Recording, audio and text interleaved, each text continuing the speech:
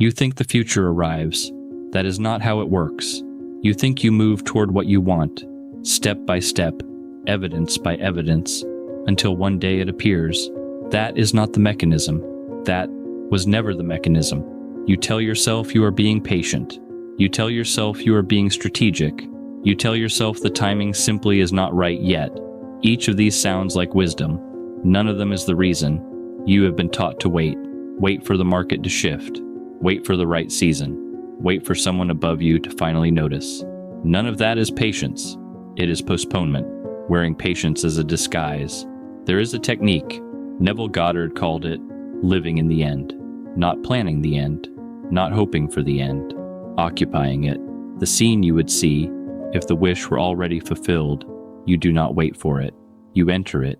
You feel it as though it were already true. Tonight, before sleep, without evidence. Not because feeling is decoration, because feeling is the mechanism. This is not affirmation. It is the oldest claim in mental philosophy. The universe is mental, and the image held becomes the fact. Hermetic philosophy named this power mind.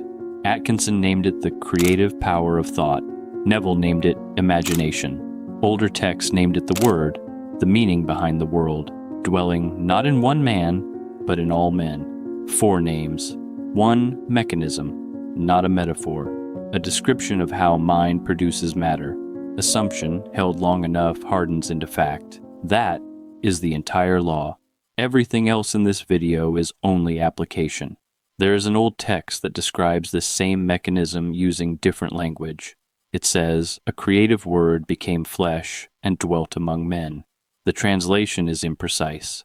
The word in the original text does not mean among. It means within, not dwelling among us as a separate figure standing beside the crowd, dwelling within us, inside the plural, inside every man in the room, not appointed to one and withheld from the rest. If it had dwelt in one man only, that man would have advanced and no one else would have followed him anywhere. Instead, it was placed inside the mechanism every man already carries, the same mechanism Hermetic philosophy names when it says the universe is mental, the same one Neville names when he calls imagination the operant power, the same one Atkinson names when he describes thought as a force that shapes the material it moves through. Different vocabularies. Same structural claim. You are not petitioning something outside yourself for permission to change your results. You are operating a mechanism that has been running inside you the entire time. Whether you have been directing it or not, it has been producing your current life either way. The only variable is whether you have been assuming on purpose or simply absorbing whatever state was loudest that day.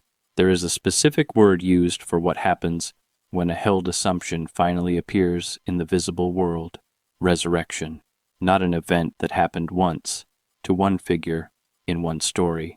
A description of a mechanical sequence, an unseen state, sustained without wavering, until it is forced into visible form by nothing more than the length of time it was held. Nothing is summoned from outside. Nothing arrives from somewhere else. What was assumed in private is simply raised into what everyone else can now see and call real. They will call it luck, timing, a lucky introduction. They will rarely trace it back to the one place it actually started, because that place was invisible to them the entire time. It was not invisible to you. You were the only one in the room who knew what had been planted, and when. You already know the other version. You have lived it for years. You picture the outcome. You picture it clearly.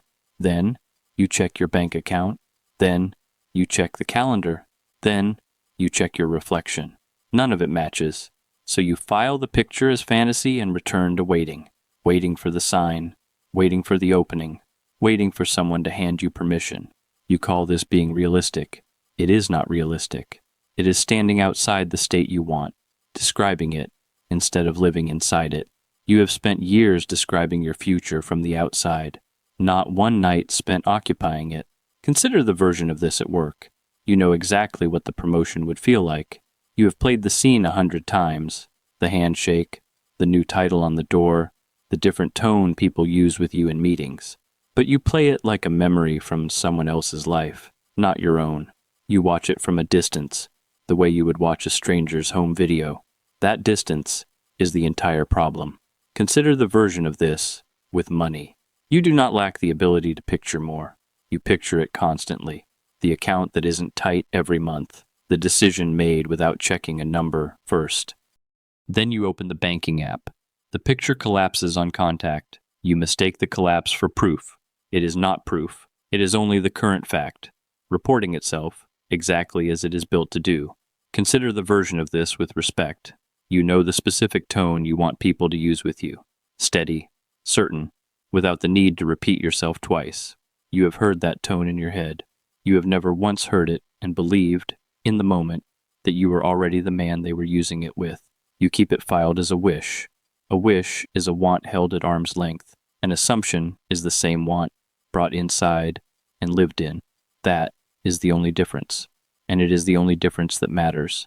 Consider the version of this with health. You know what it would feel like to move through a day without managing a body that keeps interrupting you.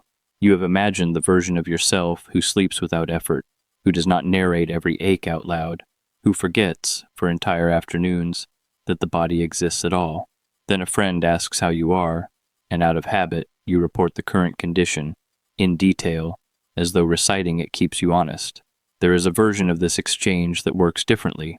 Someone who has not seen you in a while tells you that you look better than they remember, not because you rehearsed a script for them, because you had already been telling yourself, quietly, for weeks, that you had never felt better, and they were simply the first mirror to confirm what you had already assumed in private. You do not control whether they say it. You control whether you have given them, and yourself, anything true to reflect. If you value understanding the structure behind your own mind, subscribe. These conversations are not isolated. They build. Picture your own version, the raise you have not received, the title not yet on the door, the respect not yet extended to you in the room where it matters. Now ask yourself something more precise. Not what would you do once you have it. What would you feel like now, having it? How would you carry yourself into that room? How would you answer when someone doubts you? How would you look at the man across the table who still treats you like you need convincing? That feeling, not the object, the feeling, is the entire technique. There is a way to test it without waiting for the outcome itself. Picture someone who knows you, someone who would notice a change before you announced it. See their face. See it clearly enough that you could describe the expression. Now see recognition on that face, the look of someone confirming what you have already assumed about yourself, not congratulating you for something not yet visible, confirming something they can already see. If you can hold that expression steady in your mind, you are no longer imagining the future. You are rehearsing the end as though you were already standing inside it. That is the entire discipline compressed into one exercise. Not complicated, repeatable tonight. And here is where the structure becomes more precise. Living in the end is not a mental trick you perform once. It is a state you agree to live inside, repeatedly, until the outside catches up. There is an old description of what attention actually does, worth holding on to here. A man found himself, in a waking vision, standing above a room. Below him, a family sat at a table, mid-meal. A woman carried a second course through a doorway. A bird passed the window in flight. He realized something, and held perfectly still in his mind. The instant he did, the entire scene froze. The woman's foot stopped mid-step. The bird hung motionless in the air, wings spread, going nowhere. The soup, halfway to a mouth, suspended. Nothing in the room was moving. Nothing in the room was alive, because the life in that room was never the room's own. It was his attention, on loan. When he released it, everything continued exactly where it had left off. This is not a story about visions. It is a description of what attention actually is. Nothing you observe is animated by itself. Every room you enter is inert until you bring something to it. Every outcome you are waiting on stays motionless until you supply the state that gives it motion. You are not a bystander in your own life, watching to see what happens. You are the current running through the wiring. Nothing here moves without you first moving in your own mind. There is a story about the men who once wrote the founding documents of a nation that did not yet exist. They had no evidence a new form of government would work, no precedent that a king could be refused and survived, no proof, only a picture of what they wanted, and the discipline to live inside it before it was real. One writer who studied them said it plainly, near the end of his own life, they did not believe in the future, they believed it in. Not believed in the future, waited on it, hoped for it, checked back on it, believed it in, assumed it, occupied it, gave it a state to grow from. That is the entire distinction this video is built on. One word, moved from outside the sentence to inside it. There is a distinction worth making between wanting something and assuming it, because the two are commonly confused. A desire is held at a distance, checked on, hoped for, occasionally bargained over, but never actually entered. It stays outside you, like a window display you walk past and admire. An assumption is not asking permission from an unseen authority to grant something later. It is stepping through the glass and standing inside the display as though it were simply your room now. One postures toward the outcome, the other occupies it. The technique described in this video only works from inside the second posture. Desire alone, no matter how sincere, no matter how many times repeated, does not harden into fact. Only the assumption does. A man once imagined his family's name on a building that used to hold his rivals. Not once, twice a day, for 2 years. No plan, no pitch, no leverage, no conversation with a banker, no proposal drafted, nothing on paper. Only the scene, entered and re-entered, his family's name, where a rival's name used to be. Then, without warning, a stranger walked into the business and asked, in a friendly and unremarkable way, whether he was interested in buying a certain building. He had no money for it. He said so, plainly, the way you'd tell a friend. The stranger had money sitting idle and offered to lend it, against nothing but a signature and a promise to repay over the years ahead. The deal closed that same week. Decades later, that signature had become a business worth more than either man could have discussed across that first conversation. The story never explains why the stranger chose to ask that particular question of that particular man on that particular day. It only confirms what had already been occupied, twice a day, for 2 years, before any of it began. Here is a smaller version of the same law, set in an office instead of a building sale. A man was criticized publicly by his superiors, told plainly he was no longer wanted, and given 2 weeks to leave. He had a family. He had no savings to fall back on. He had every reason to panic. A friend of his, who understood this discipline, said nothing to him about it. He simply, privately, pictured the man employed elsewhere, earning more, not less, than the job he was about to lose. He held that picture the way you would hold a note you intend to keep. Within the same week, before the 2 weeks had even finished, the man walked in with an offer from another company, a quarter more in salary, starting the Monday after his last day, without a single day of income lost between the two. Nobody in that office knew what had produced it. The man himself credited timing, a good reputation, luck. He was not wrong that those things existed. He was wrong about which one was the cause. A father once used the same discipline privately for his son, twice rejected from a role he wanted, picturing him already inside it, greeted by name, already expected there. Weeks later, a position opened that had not existed before, built around a skill the son happened to have. He said nothing to his son about what he had done. Some bridges are better left unexplained until the person crossing them is ready to build one of their own. There is a reason people seem to treat you differently the moment you have actually assumed something, before a single fact on the outside is changed. Atkinson called this a mental atmosphere, a pattern you carry into a room ahead of anything you say in it. People do not read your thoughts. They read your state. A man who has occupied the end walks into a negotiation, an interview, a difficult conversation, already carrying the outcome as settled. It shows in pace. It shows in what he does not feel the need to prove. It shows in the questions he does not ask, because he has already assumed the answer. A man who has not done this walks into the same room broadcasting the opposite pattern, checking, over-explaining, asking for reassurance without naming it as a request. Neither man says any of this out loud. Neither has to. The room reads the atmosphere before it reads the argument. This is why the same idea, delivered by 2 different men, lands as confidence in one case and desperation in the other. The words were similar. The state underneath them was not. You will be tempted to credit the event in your own life the same way. Do not. The event is the bridge, not the cause. The cause was invisible. The cause was the state occupied before any of it began. This is not luck. It is not timing. It is a man who stopped narrating his circumstances and started rehearsing his identity. Because that is what this technique actually is. Not a wish repeated, a self rehearsed. Every night you assume the end, you're not decorating your mind. You are replacing the man who has been producing your current results. The same structure applies outside of career, outside of money. A man strained in a relationship does not need the other person to change first. He can occupy the version of the relationship he wants. See it repaired, see it easy again. Feel the specific relief of no longer managing tension in a room. He does not tell the other person what he is doing. He does not need to. Identity moves first. Circumstance follows. You can even do this on behalf of someone else. See a friend who is struggling, employed, respected, steady, not to take credit for it, not to mention it later, simply because the same imagination that builds your life is not a private resource. It is the same power, used on behalf of another.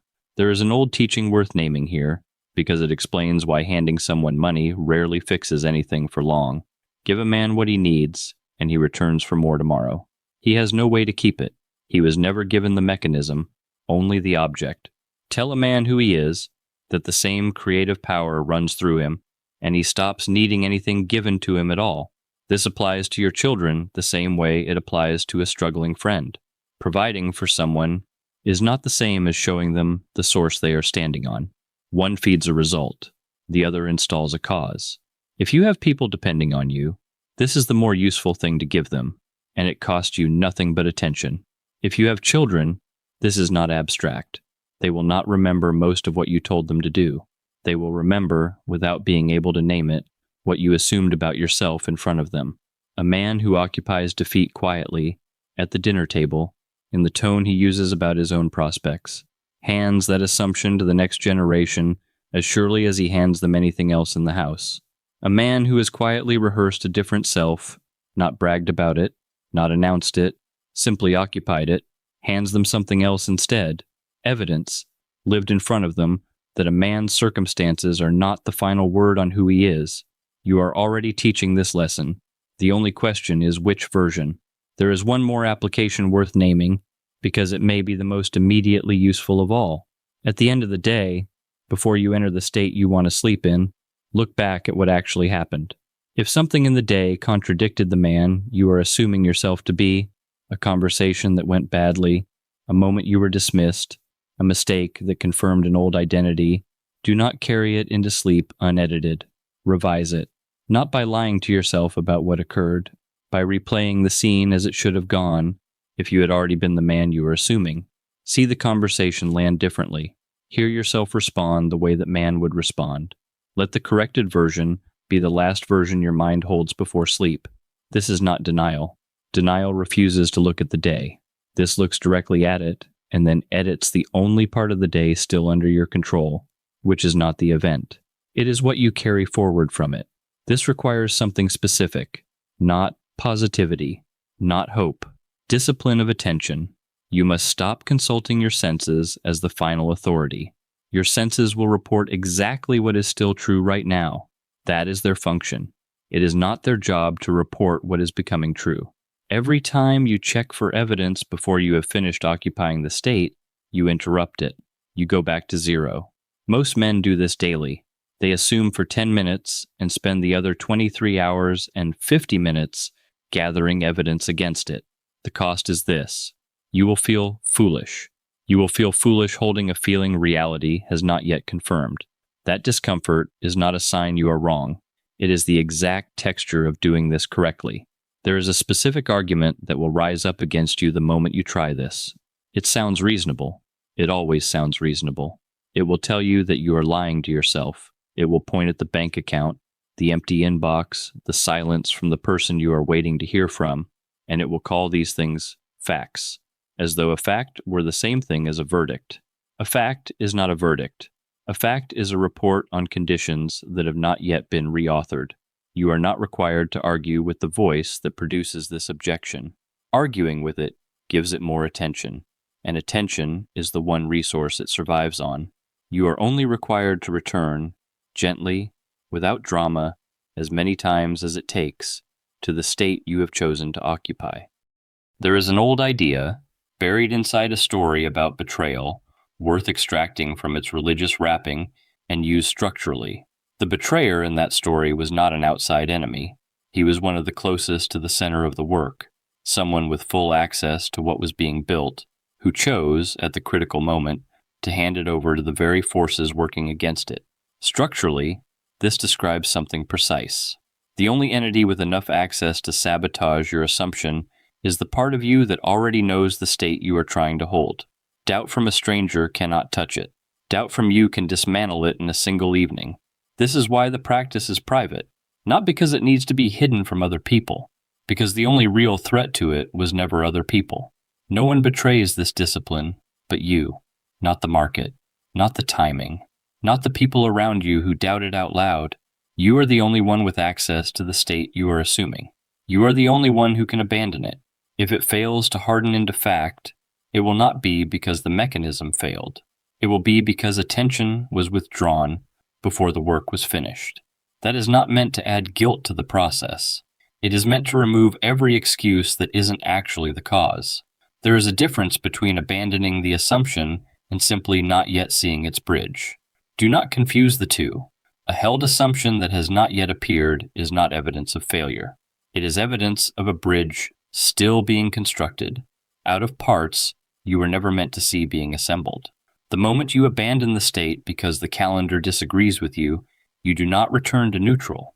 You simply begin assuming the opposite, that it will not happen.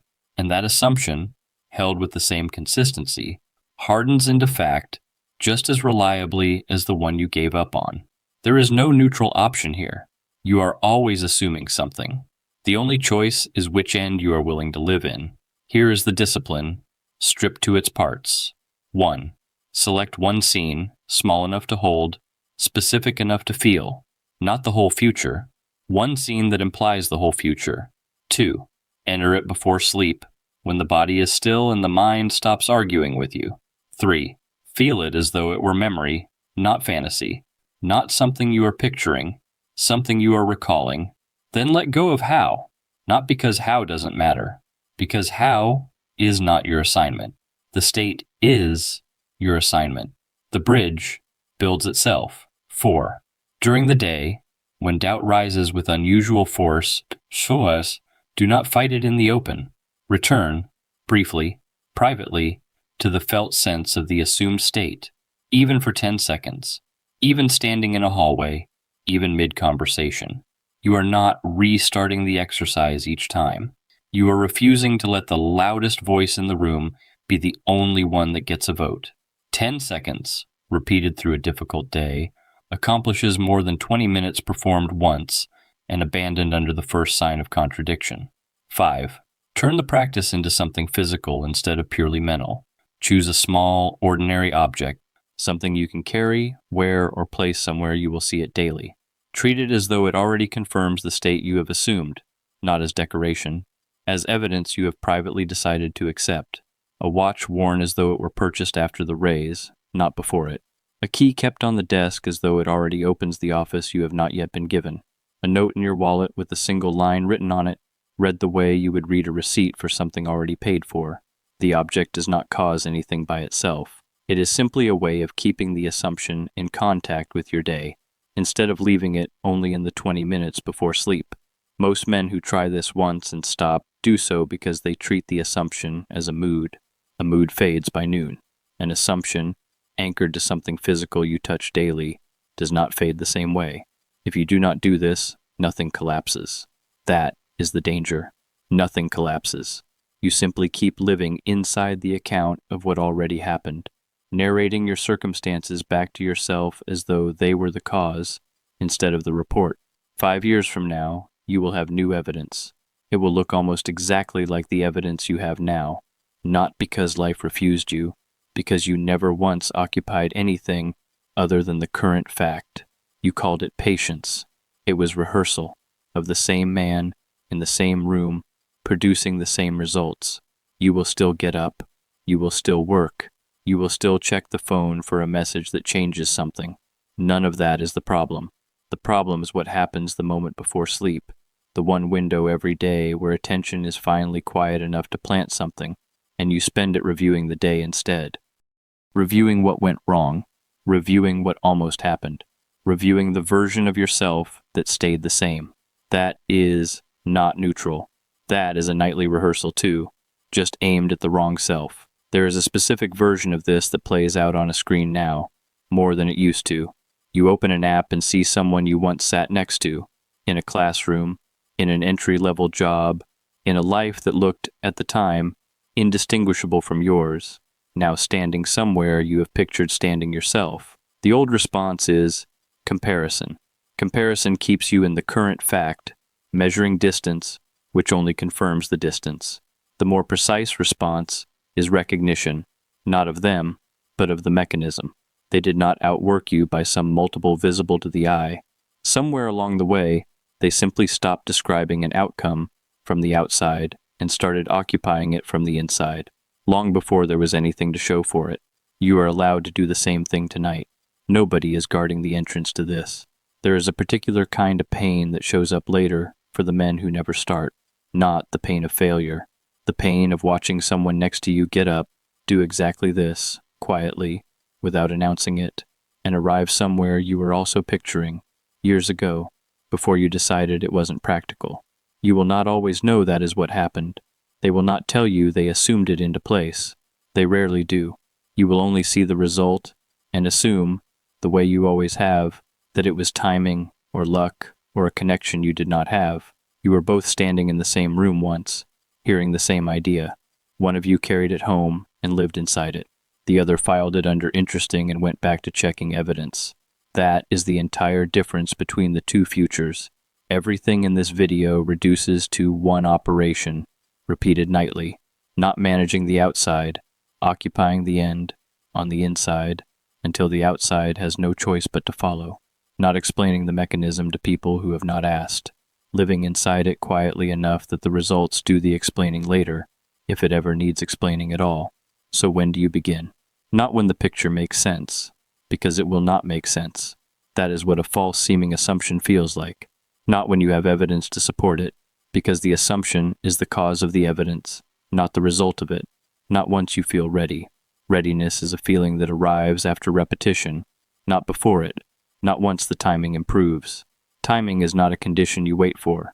It is a bridge that assembles itself once the state is occupied, not once someone else changes. Circumstance follows identity. It has never once led it. Tonight, before sleep, is the only time that has ever existed for this. Comment this. I will occupy the end, not describe it. Not as a promise, as recognition. Most men spend their life managing the bridge, the calls, the timing, the odds.